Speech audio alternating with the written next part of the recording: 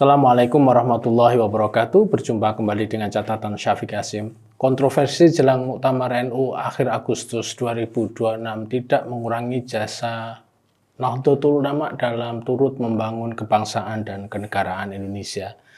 Sebagai organisasi masyarakat, konflik dan pertentangan adalah hal yang sangat wajar.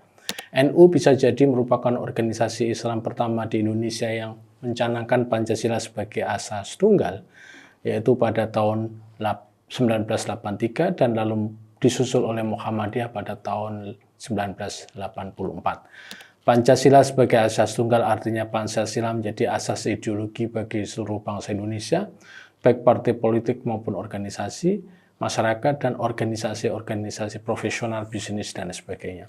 Penerimaan Nahdlatul Ulama akan Pancasila sebagai asas tunggal bukan dilatar belakangi oleh represi Soeharto, namun didasarkan pada pertimbangan bahwa keindonesiaan dan keislaman bisa dikawinkan.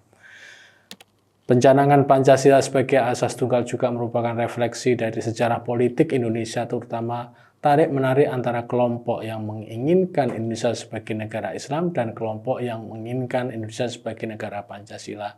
Nahdlatul Ulama sebagai ormas terbesar Islam pernah mendukung Islam sebagai dasar atau sistem kebangsaan dan kenegaraan Indonesia pada masa lalu. Sejarah ini bukan hal yang perlu diingkari oleh NU, namun dipelajari sebagai rujukan pelajaran untuk masa sekarang dan juga masa yang akan datang. Keislaman dan keindonesiaan adalah hal yang tidak bisa dielakkan bagi negara kita. Keislaman adalah hal yang nyata karena penduduk Indonesia mayoritasnya beragama Islam. Keindonesiaan juga adalah hal yang nyata karena Indonesia menjadi Indonesia karena dukungan dari berbagai kalangan. Indonesia adalah adonan tradisi, kebudayaan, agama, suku, dan sebagainya. Karenanya Indonesia adalah praktek dari pluralisme dunia itu sendiri. Nahdlatul Ulama menyadari akan kenyataan seperti ini dan karenanya organisasi Islam terbesar ini menjadikan Pancasila sebagai asas tunggal. Karena dengan Pancasila kenyataan pluralistik dan adonan tersebut bisa mendapatkan dasar. Hal yang menarik dengan keputusan ini adalah NU itu sendiri. NU adalah organisasi Islam dan menjadikan Pancasila sebagai asas tunggal itu berarti NU menyadari secara penuh bahwa keberadaan organisasi ini memang ingin menjadi penyokong dan penopang penuh keindonesiaan.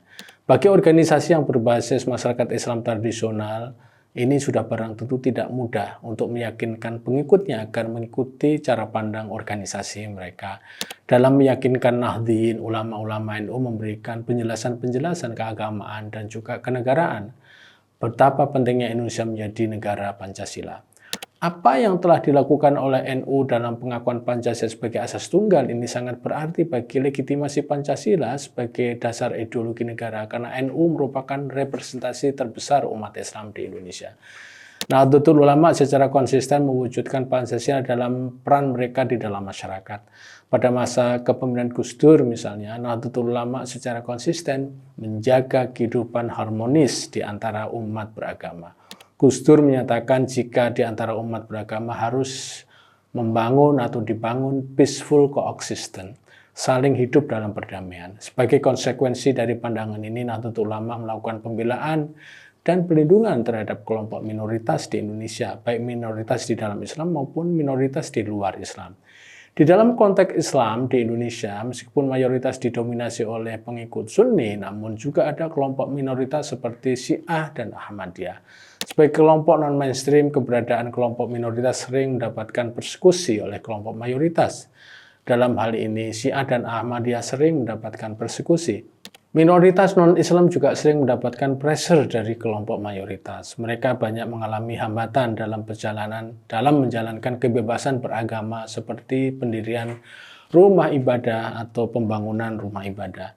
Indonesia juga memiliki ratusan kelompok non-agama. Mereka adalah kelompok-kelompok keyakinan yang tumbuh di dalam tradisi Indonesia. Pada masa kepemimpinan Gus Dur, meskipun banyak juga kalangan dan pengikut Nahdlatul Ulama yang ikut mendukung persekusi pada kelompok minoritas di atas, namun atas nama organisasi Gus Dur terus memberikan pembelaan pada kelompok minoritas ini. Kerangka yang dibawa oleh Gus Dur adalah konstitusi negara menjamin kebebasan beragama dan berkeyakinan. Meskipun dalam melakukan pembelaannya yang konsisten, Gus Dur sering dituduh berat sebelah, lebih membela kelompok minoritas dibanding umat Islam itu sendiri, namun pendirian Gus Dur tidak pernah berubah. Tradisi yang ditanamkan oleh Gus Dur inilah yang terus-menerus menjadi pegangan bagi kalangan pemimpin NU setelahnya. Pada masa Kiai Hasyim Muzadi, Nahdlatul Ulama selalu menjadi teman yang membantu bagi kelompok non-muslim. Kiai Hasyim melakukan banyak inisiatif untuk mendorong organisasi ini sebagai penyokong peaceful coexistence tadi. Demikian juga pada masa kepemimpinan Kiai Said, konsistensi Nahdlatul Ulama dalam mempererat persaudaraan sesama muslim dan juga persaudaraan antar umat beragama tidak pernah surut.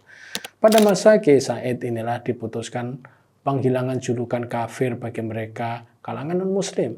Para ulama NU sepakat jika dalam konteks Indonesia sebutan kafir atas para pengikut agama non-Islam atau ahli kitab tidak relevan. Sistem kewarganegaraan Indonesia tidak mengenal konsep kafir, karenanya keputusan ulama NU pada tahun 2019 menyatakan bahwa non-muslim bukanlah kafir. Secara khusus Kiai Said berargumen bahwa warga negara menurut konstitusi Indonesia adalah setara atau equal. Penyebutan kafir pada non-muslim itu menyebabkan perlakuan yang berbeda pada mereka. Paling tidak ini yang terjadi dalam kehidupan sehari-hari di dalam masyarakat kita. Penyebutan kafir pada non-muslim berakibat pada pengurangan hak mereka sebagai warga negara karena kesan kafir di atas. Sudah barang tentu banyak kalangan yang menolak dan mengecam fatwa ulama-ulama NU ini. Namun apa yang dilakukan oleh NU dalam hal ini adalah apa yang dibutuhkan oleh bangsa dan negara. Negara sangat perlu mendapatkan dukungan pada sistem kewarganegaraannya dari kalangan terbesar di bangsa ini. Jika negara sendiri saja dalam menjaga filosofi dan visi bangsa, maka itu akan membahayakan keberlangsungan kehidupan berbangsa dan bernegara. Sumbangan konstruktif Nahdlatul Ulama bagi bangsa dan negara ini tidak akan pernah terlupakan karena itu yang memang dibutuhkan bagi negara untuk survive. Kita juga paham bahwa sebagai organisasi masyarakat NU banyak bersentuhan dengan permasalahan-permasalahan yang kontroversial dan ini wajar saja, namun untuk hal yang fundamental untuk keberlangsungan kehidupan berbangsa dan bernegara, organisasi ini tetap konsisten. Sebagai catatan, kontribusi Nahdlatul Ulama dalam menjaga keberlangsungan kehidupan berbangsa dan bernegara yang mengangkat harkat dan martabat rakyat Indonesia akan tetap berlangsung dan berlanjut, meskipun terkadang terpecah konsentrasi dengan masalah-masalah politik jangka pendek. Demikian, wassalamualaikum warahmatullahi wabarakatuh.